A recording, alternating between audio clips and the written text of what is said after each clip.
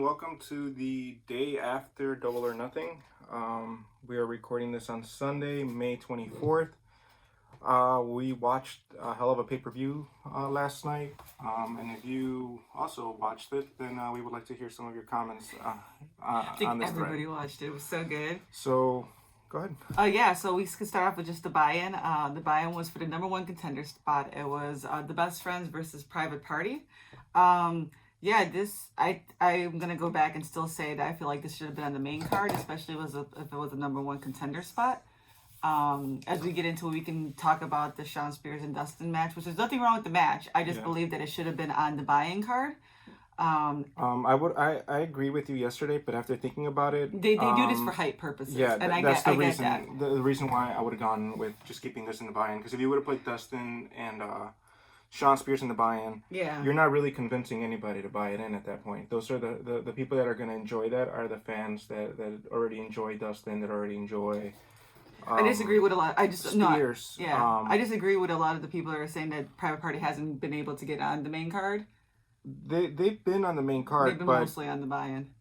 But the problem with Private Party that we saw on this match was that timing was a little off there. They are still young. They have hell of a talent. They have so much charisma. I mean, their BT videos are some of the best. The way they edit them.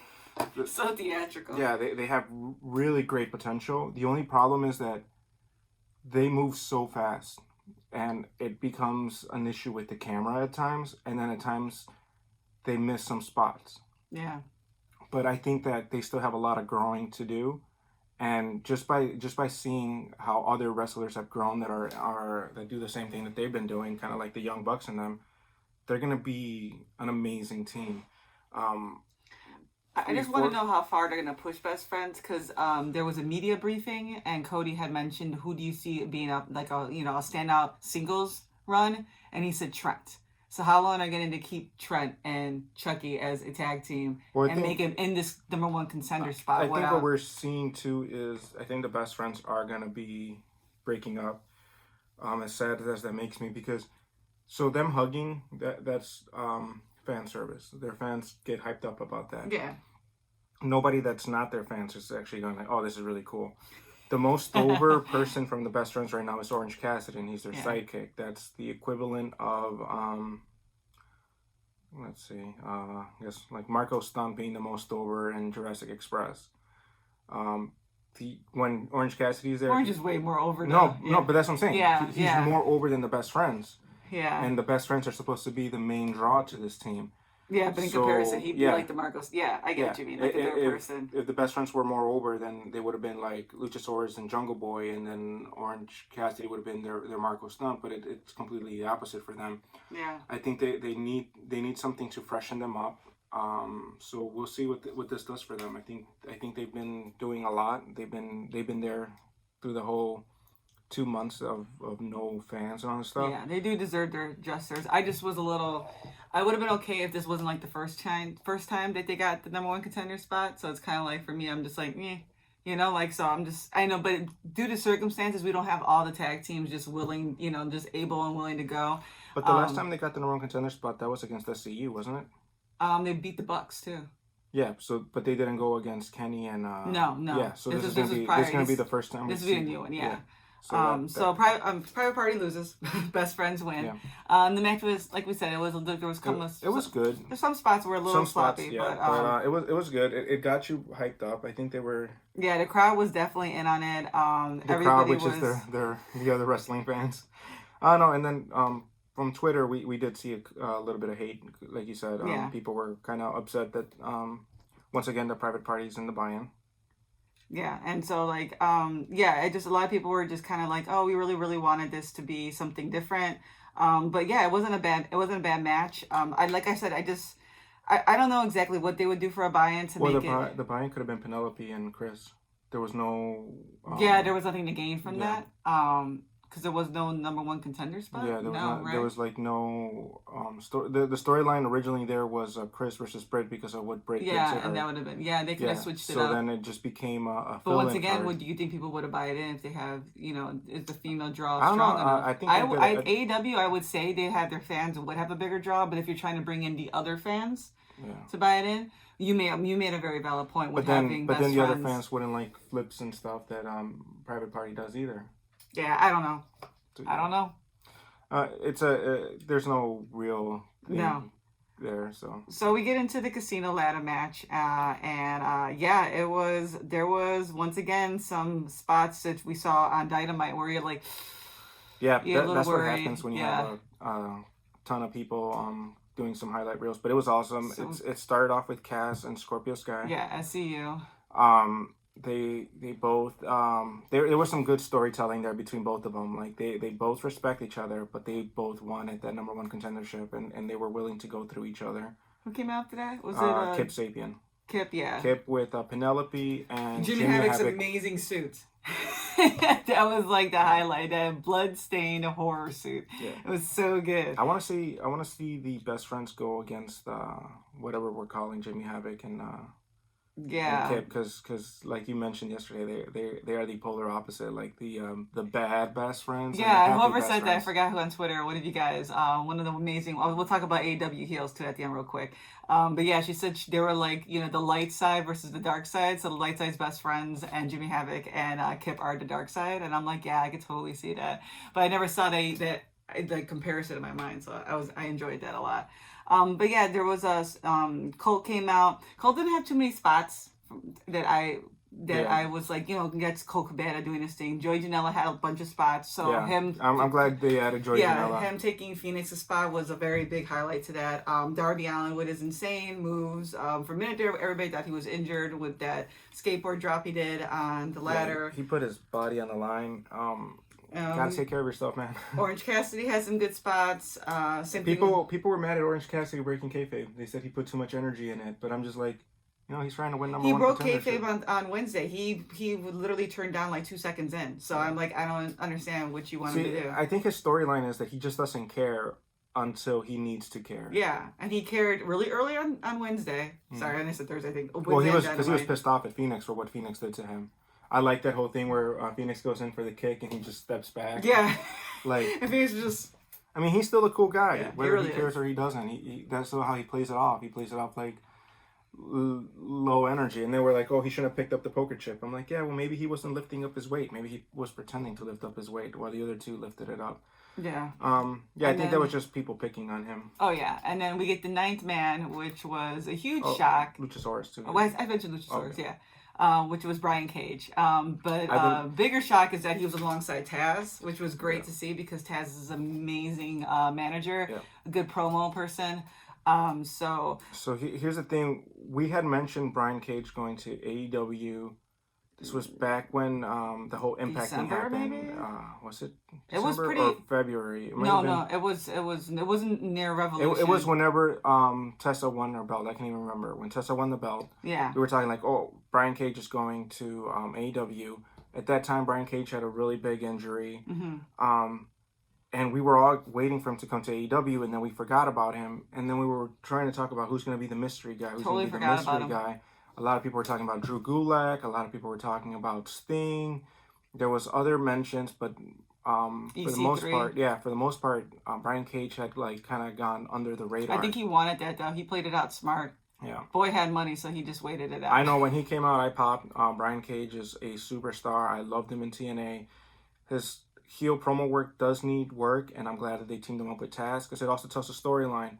Taz went up to Darby when Darby got beat for the number one contendership for the TNT title, and Darby disrespected Taz. So now Taz brings Brian Cage to teach Darby a lesson. There's already storylines, but I just thought it was funny when he's like, bodies are gonna drop, and I'm like, we have a murder hawk that's killing people, and Taz is like, bodies are gonna drop. I'm like, everybody in the AEW roster is dead right now. Well, I mean, bodies could drop without dying.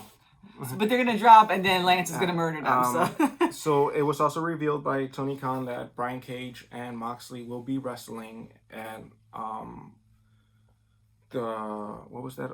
Not all out. Fight for the Fallen. They're still doing it? I believe it was, unless I'm mistaken, but yeah, on their next big event, which I believe it is Fight for the Fallen. They mentioned All Out, and I got sad, so I'm not gonna even talk about that. I believe that's where they're going. I could be mistaken, and it could be All Out. But so happens. Brian Cage gets the chip. So that sets us up to believe that Brody wasn't probably going to win because he wouldn't do heel versus heel. But then we also said that, maybe he's going to check it in later. We don't really know. Yeah, because they didn't really talk about when the poker chip... I thought it was going to be like Money in the Bank where you could just cash it in. Yeah, they didn't really say the stipulations with it. So we'll probably hear more about it on Dynamite. So yeah, I guess it's just the next big event you go against the champion. So then we have one of the highlights of the night, which was MJF and Jungle Boy. Their match was pretty amazing. I've always talked about how MJF is lacking in the technical sides. He has great promos and his work is really good. But this was definitely a match that showcased him. And once again, Jungle Boy both of them being so damn young, are going to be the knockout stars in the next 5 or 6 years in AEW. It's going to be them holding the torch. You could see it already. When Jungle Boy drops the Jungle Boy thing and he becomes either Jungle Jack or just Jack Perry, and he grows into who he's going to be as a professional wrestler, he is going to carry this brand as one of their top faces, and MJF is going to carry this brand as one of their top heels. And you saw it here. You saw that potential of these two growing into the faces of AEW. Like, you have Cody. Cody's always going to be there as one of their top faces, unless he turns heel, because Cody could turn heel. But these two, for me, were like the future. And you saw it's like them, it's like Sammy, it's Hangman Page, them all being in their early 20s. It's just like, and then you look at the age of like the Bucks and Kenny, and unfortunately they're like in their 30s, mid-30s to late 30s. And it's just AEW. You could throw Private Party in there too. Private Party's going to be one of their main stables for tag teams. Yeah, and it's a future is very bright because they give these stars, these young kids, the platforms they need and the tools they need to succeed. And you can definitely see it in this match. So if you didn't see the match or you thought it was going to be a throwaway match because there was nothing on the line for it, definitely watch it. Yeah, it was awesome. I think there was such a good storyline. I'm glad that so MJF wins via pinfall. But I'm glad the way they did it, though, because he did not cheat. Yeah. There was a point where he shows his heelness, where he pretends to be injured, and then he's not injured. But he didn't use his Diamond Dozen ring. He didn't use Wardlow in this match. Yeah, which was nice because there's been a lot of that going on. And the way he won it was just old school. Like, it's crazy because AEW, you turn in for the high spots, the flips, and all that stuff. But this match was so old school. And they surprised you with stuff just like technical grappling and wrestling, and it was just. I mean, you didn't expect something like that. Cornette can disagree with this match. I mean, I'm pretty sure he'll find something he hates about it. MJF or something. But this was just old school wrestling. Yeah. MJF picks the win. And that leads us into the TNT Championship. Cody and Lance Archer. They were both accompanied by their mentors. So we had Jake and Arn. Brandy did not accompany Cody in this. Mike Tyson came out with the belt, which would look hideous, but it's not done.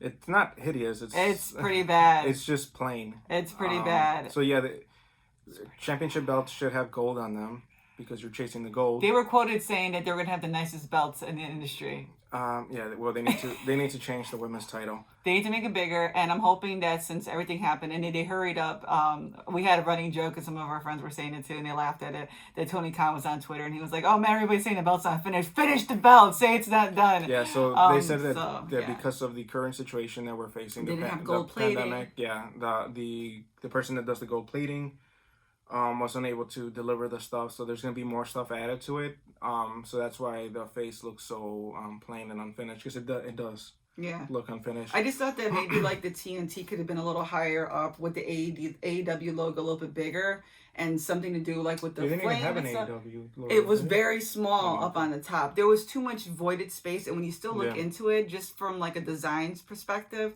like I don't know. We'll see. Hopefully, like I said, hopefully the glitz on it makes it look better. But I know Cody's gonna wear it. Well, I ruined that. Cody's gonna wear it with pride. He does win.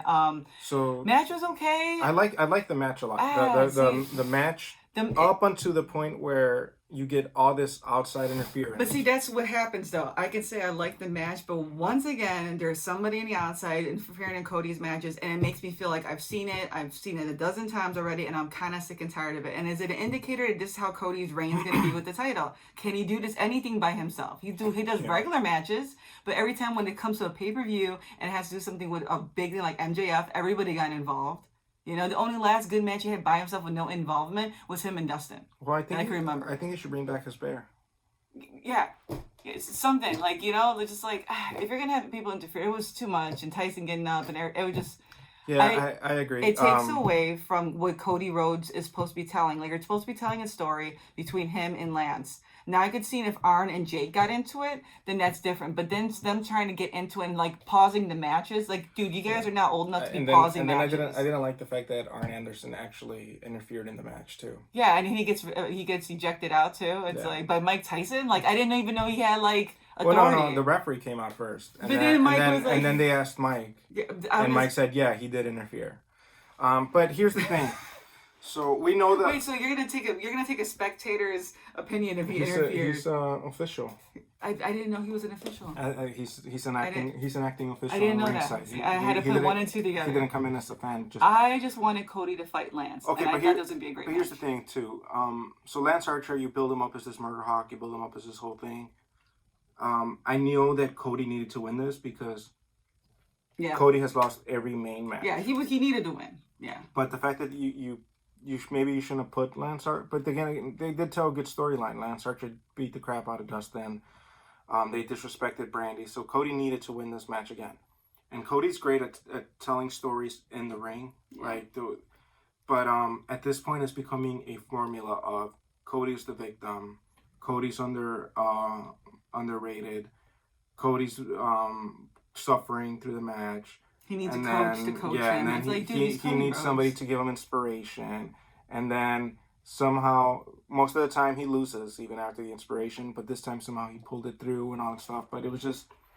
Yeah, like when he's on commentary and you can tell he knows wrestling inside and out. He knows the moves, he knows the setups. He's always talking about the actual intricacy of wrestling. Then for him to have a coach, it kind of makes me feel like, is this a hype man? Because if it's a hype man, that's one thing. But when you call him a coach, I don't think Cody's a little bit top tier for coach. Like, I could have seen somebody younger saying that, but I can't see this whole storyline of him having this coach and the interferences, and like, it doesn't add anything for me to the storylines. It just actually slows Cody down. Because like I said, some of the best matches are when Cody's just out there, like him and Darby. Like, there's some amazing matches on regular Dynamite, I feel like, in comparison to what Cody's done on pay-per-views. Mm-hmm.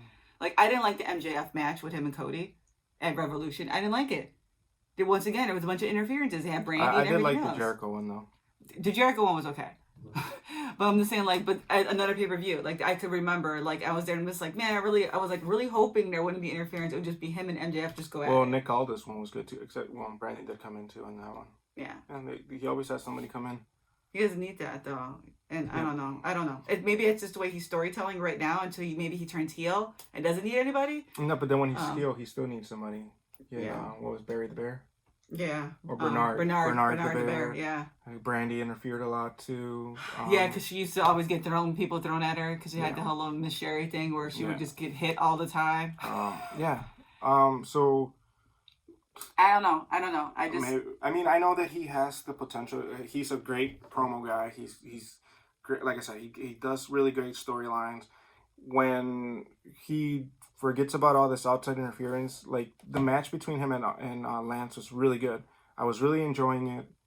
And then you get taken out of the story that's being told in the ring, and then you focus on Jake, you focus on Arn. And then Jake goes and gets this snake, and then Mike Tyson takes the spotlight by taking off his shirt and telling him to get his snake out of here. And it was just... It becomes a spectacle? Yeah. And I know, I guess AEW wants to have some things for people who like those things. Mm-hmm.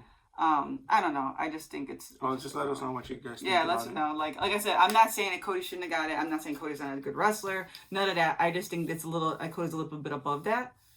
So if anything, I'm giving him credit. I just want to see more Cody just going balls to the walls with somebody just one-on-one, no interference. They could still be outside the ring, a few seconds they could pin, or So, somebody could grab him, Art could grab him. That's fine. It's just the full-on interference and the distraction away from what you're actually just watching. So now that Cody beat Lance and Brian Cage and Moxley are gonna have their own thing, who do you think is gonna go for the TNT belt? Do you think it's gonna be MJF? I think it's gonna be MJF. Yeah.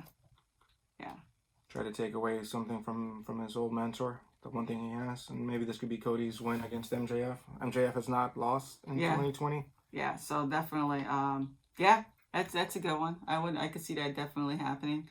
Yeah. Yep. So. All right. So then we have Chris Statlander that was supposed to go in against Britt Baker, but unfortunately she was injured. So it was Penelope Ford, which I think is Penelope Ford should have been on this card to begin with. I'm a big Ford fan. She's very smooth at wrestling. She brings a lot of just a lot of energy. She has a lot of talent. I wish she would do more promo work so you guys can just see her a little bit more. This was probably one of her best highlighted matches, I would say, because she really hasn't been on the card like this. And then this was just like a last second fill-in for her. So you see a little bit of, a little bit of spots here.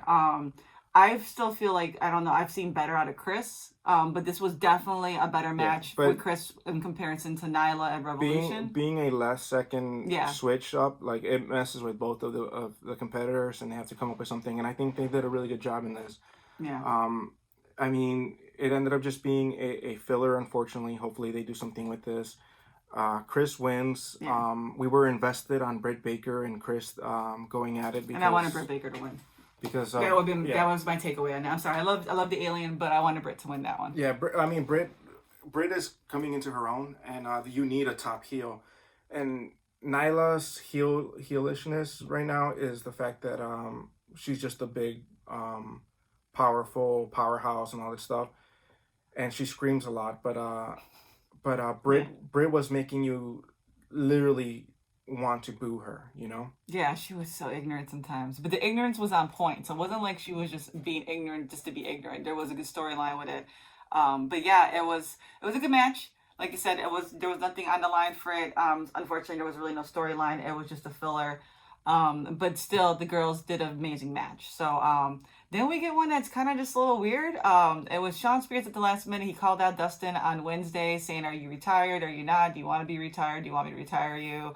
You're going to fight, blah, blah, blah." And so he calls out Dustin. So this is supposed to be the match. And he basically, first Dustin doesn't come out.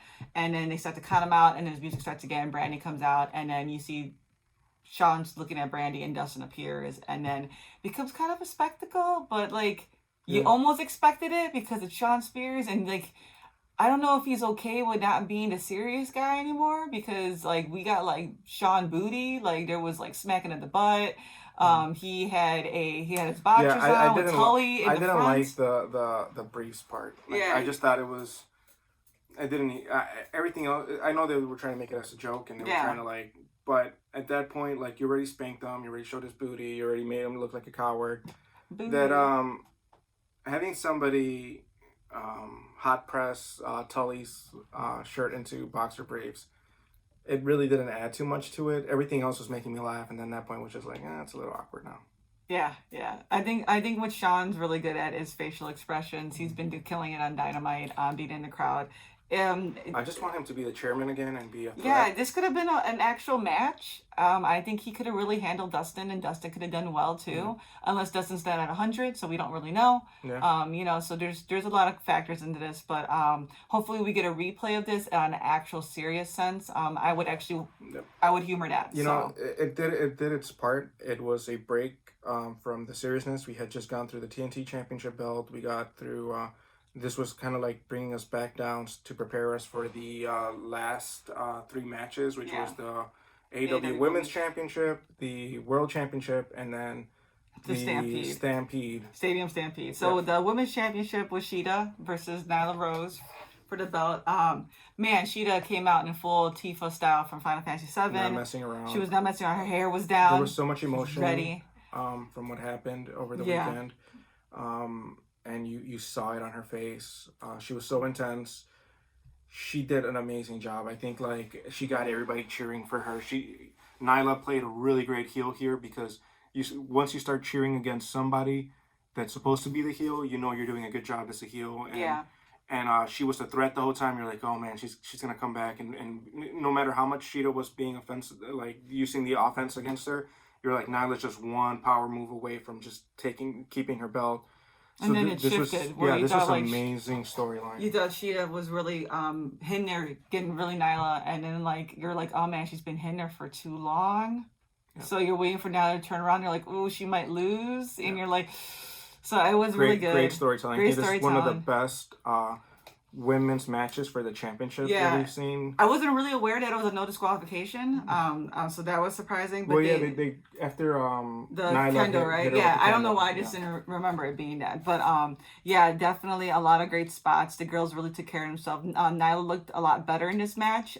So that's, and once again, that's very contributed to Sheeta being a really good wrestler. Facial expressions from Nyla too, taking some of those hits and really like, selling them. They were both doing such an amazing job. Like up to this point, I was like, I think this is my match of the night. MJF and Jungle Boy was prior to this, but this one for me, just because of the emotion that Sheeta feels when she wins. Yeah. She starts crying. We know why. Because they lost someone special over the weekend. It's just. It was a really good match. Seeing Sheeta being such a iconic person in this women's division, she's gotten the crowd behind her. She left Japan to dedicate herself to this company. She's learning English. She's doing everything she needs to do, and it finally pays off for her. And it was an amazing thing to see. So I'm hoping they do some really good merchandise for her now that she's champion. Yeah. I need more merch from that because I'm not really feeling what they have right now, and so yeah, they need to bring out some Sheeta merch, a bunch of Sheeta merch. So we get into the AEW World Championship, which was Mox against Brody. I really didn't care who would win in this match, honestly, because I think both people in the match could elevate and still keep, and Mox could still keep the belt and make it what it is. And I was interested to see if Brody would have it, where it would go. The match was okay. I feel like Brody never really went like all the way like fully until like the last 10 minutes or last 5 minutes of the match, where like it felt like it was kind of steady, and then Brody kind of kicked on. It was really, really cool to see him getting out of paradigm shifts and things like that and kicking on at one. Yeah, Brody came off as a monster in this one. Yeah, he really did. And then Jon Moxley just came off as the superstar that he is. I think that it was good storytelling. Yeah. Yeah, definitely. I just think that it ended well because Brody gets choked out. He doesn't tap. Yeah. He doesn't submit. And so it was one of those. Can't get pinned. Can't get pinned. And so it was a really good Stone Cold moment where you go out and you still can say, you know what, you didn't really defeat me. I just, I kind of passed out. So he didn't really get him to tap. He didn't get him to kick. I mean, get him to pin. But that paradigm shift through the stage was crazy. Yeah, it was it was a really good match. I'm just a little worried that Mox's entrances and his energy is really more elevated with a crowd. So I'm really interested to see what they're gonna do if Cage decides to go against Mox right now. They are. They already announced it. Unless there's gonna be a Brody Lee inserting, because I can't see Brody Lee just stepping away that quickly. No, maybe a three-way match. No, but Brody Lee needs to focus on the Dark Order right now. Like, I don't think he's. I just didn't want it to stop already because I feel like he was really elevating the Dark Order, and if what we've heard that some travel bans will be lifted, having Evil Uno and Grayson to come back, I think that's something where we need to see Brody still being very insertive into a lot of the things that are going on in AEW. Maybe not the title, but just screwing with Moxley. Well, he can mess with somebody else though. Yeah. I think they need to focus on. I don't really know who he's gonna mess with if Lance Archer is gonna go against Cody. I don't think Lance Archer is going against Cody anymore, but Lance Archer will be heel. But I think that they're moving. So many heels. They're moving with Brian Cage and Moxley. We were talking about that last time when they said a lot of faces were winning, remember? And we're like, we don't have a lot of heels. And it's a lot of heels. No, but they're already definitely moving with Cage and Moxley. So I don't know what's up with Dark Order now, like you said. Yeah, I just don't want them to lose momentum because it was actually becoming very interesting. No, I think they lose momentum just by him not winning the belt now. I think this because it's like you did all this whole thing and then you end up losing the belt. So yeah, I don't know what they're gonna do with the Dark Order. They need to refocus them again. Go back to the Vince McMahon vignettes and stuff like that. Yeah, definitely. So then we get to the final crazy ass Stadium Stampede match, which I wasn't sure. I found out online somebody had said that it was pre-recorded. Yeah, they said they recorded it. I think either the night before or somewhere during the pay-per-view. So while people were doing the pay-per-view, they were out there recording so they could edit it so that we could see it. So I don't know when they did it. I'm guessing it was a day before or something like that, or days before. Yeah, I'm not sure. We don't want to go over too long on this. We're already getting long on this video. So yeah, it was the Elite versus the Inner Circle with Matt Hardy on the Elite side. I don't even know what to say. Like, if you didn't watch it, you need to watch it. First off, they had football style interests at the Inner Circle. They had jerseys. They had all the smoke and all the glitz and glam. Hangman doesn't come out in the beginning with the Elites, and then later he comes out riding a damn horse.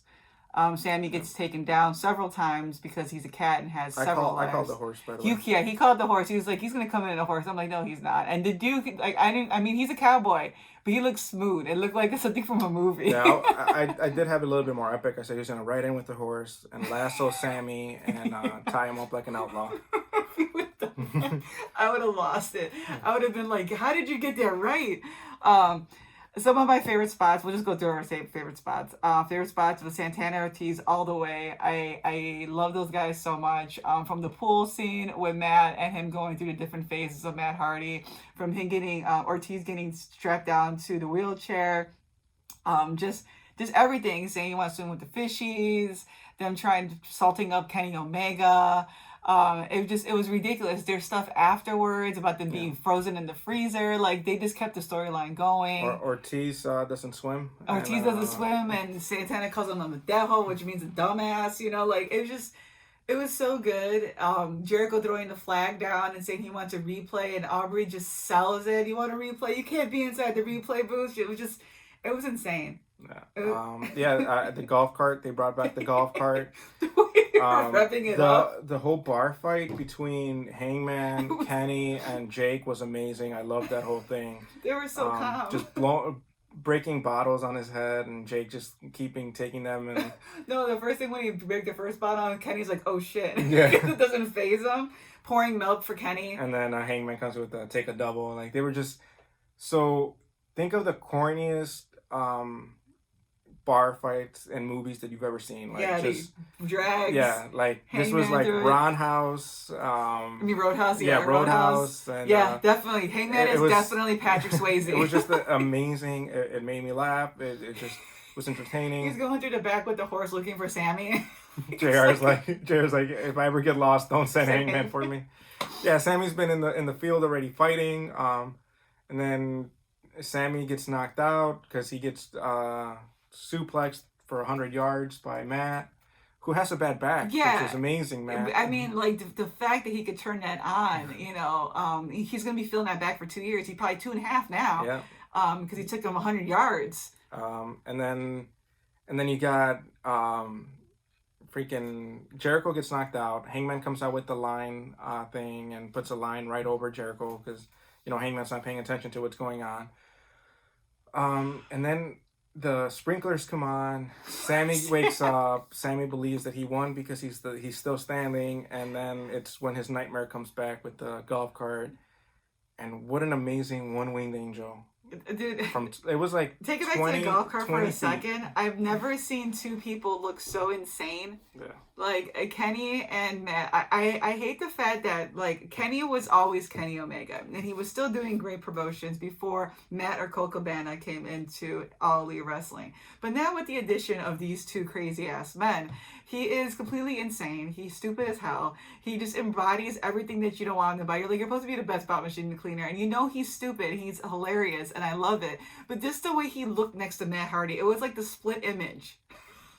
They were stupid. Sammy was running his ass down there. For people that don't know too much about Kenny and get pissed off about stuff like this, this was his thing written all over him. Kenny has been doing this stuff way before he even joined New Japan Pro Wrestling. And if you've been following Being the Elite, he's been doing this stuff and Being the Elite forever. I mean, the whole DM thing. Yeah, the broom, his broom when he was a cleaner and he had to put tape on it and he was like, it's okay, still got you. It's like, he's insane. Holding toilet paper? Like, yeah. So yeah, this is just Kenny Omega. You love what he can do when he turns it on, and then you love his silly side. And this was this we had no idea. We even talked about it on the last thing. We had no idea what they were gonna do with this, and they knocked it out the park. This was on par for me with the Boneyard match. I think it was actually better the way that they did some of the edits. Yeah, the edits for Matt Hardy were flawless Yeah. when they had him switching through his personas, and that's what we were talking about. Like WWE had the chance in Money in the Bank to edit out those errors, and they chose not to. And that just goes to show you how they give a shit about their fans and what they're producing. If they don't care enough to like re-edit something when you're right there, you know, like come on, man. So like, yeah, for me, it's definitely the Stampede match. Very close second is the Boneyard match because I felt like that redeemed a lot with the Undertaker, and I love the Undertaker. After that, I am still gonna go and say the Fiend and John Cena because that was ridiculous. That was good storytelling, and for John Cena to be on board with going back through the decades and being able to relive those moments was cool.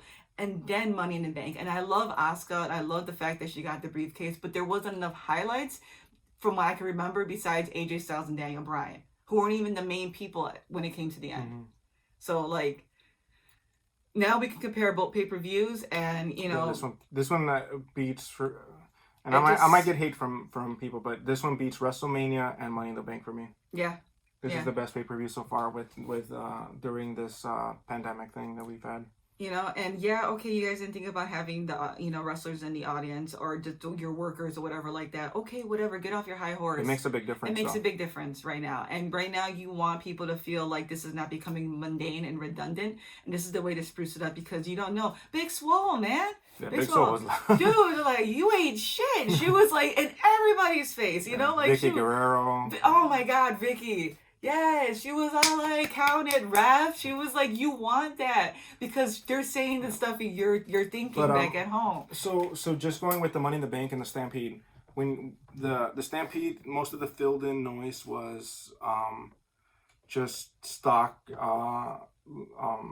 music. It was just the stuff that you use. Like the elevator music. Just the free royalty free music that you could find online. And yeah, you had mentioned it. They had the crowd. They had the wrestlers in the stadium. You could hear them. They were filtering the noise this through. Is awesome. Yeah, you heard those chants, you heard the boos, you heard the cheers, and it's crazy. But now I understand why those sitcoms in the 80s and 90s used to filter in laughter because it does make a difference. Because without you knowing subconsciously, you're doing that already. Yeah. Like you're laughing with the laugh track. Maybe not all the time. But a good majority of the time, it's inserted so that you feel like you're watching along with another audience. It just transports you. It just changes the way you feel. Yeah, it definitely changes it. And like I said, just having like the Gun Club, they were idiots too. Like just having a lot of people on the side was just great. Pineapple Pete. Yeah, we had the Butcher the Blade was there. It was really cool. Leva. With her computer. Oh yeah, Leva and Avalon. Avalon in his robe because he just sent intellects. They were there. Leva taking notes and Peter reading a book. Yeah. So like it's just this thing, the little things that you can remember and take away from, and that's what I think moving forward because we don't know what's going to happen moving forward. We don't know. They announced All Out. We don't know if that's going to happen. We don't know. If what's going to be happening in the next few months. All that's going to happen in an undisclosed location. But like it's not going to be with us. It's sad to say that tomorrow we're going to wake up and things will be different. But as far as right now, I'm very glad with AEW. Thank you to all the people in production, Tony Khan, everybody. It was just an amazing night of wrestling, amazing nights of just giving gratitude to first responders, the wrestlers that we have lost, and just really honing into why wrestling and the community is great. And real quick, AEW Heels was on Friday with Brandy and most of the women, Shauna, Big Swole, Awesome Kong, Nyla, Leva, Sheeta, Anna Jay. They were all there on a Zoom party with about 200 something plus female fans. I think there's a few guys there too, but they were very, very cool. They stand off. And they talked about the women and just lifting each other up in the community and coming together and just realizing that we have to be better for ourselves because women are very hard on themselves. Everything Brandy said through it is her going to church. She was just talked about why she's a certain way.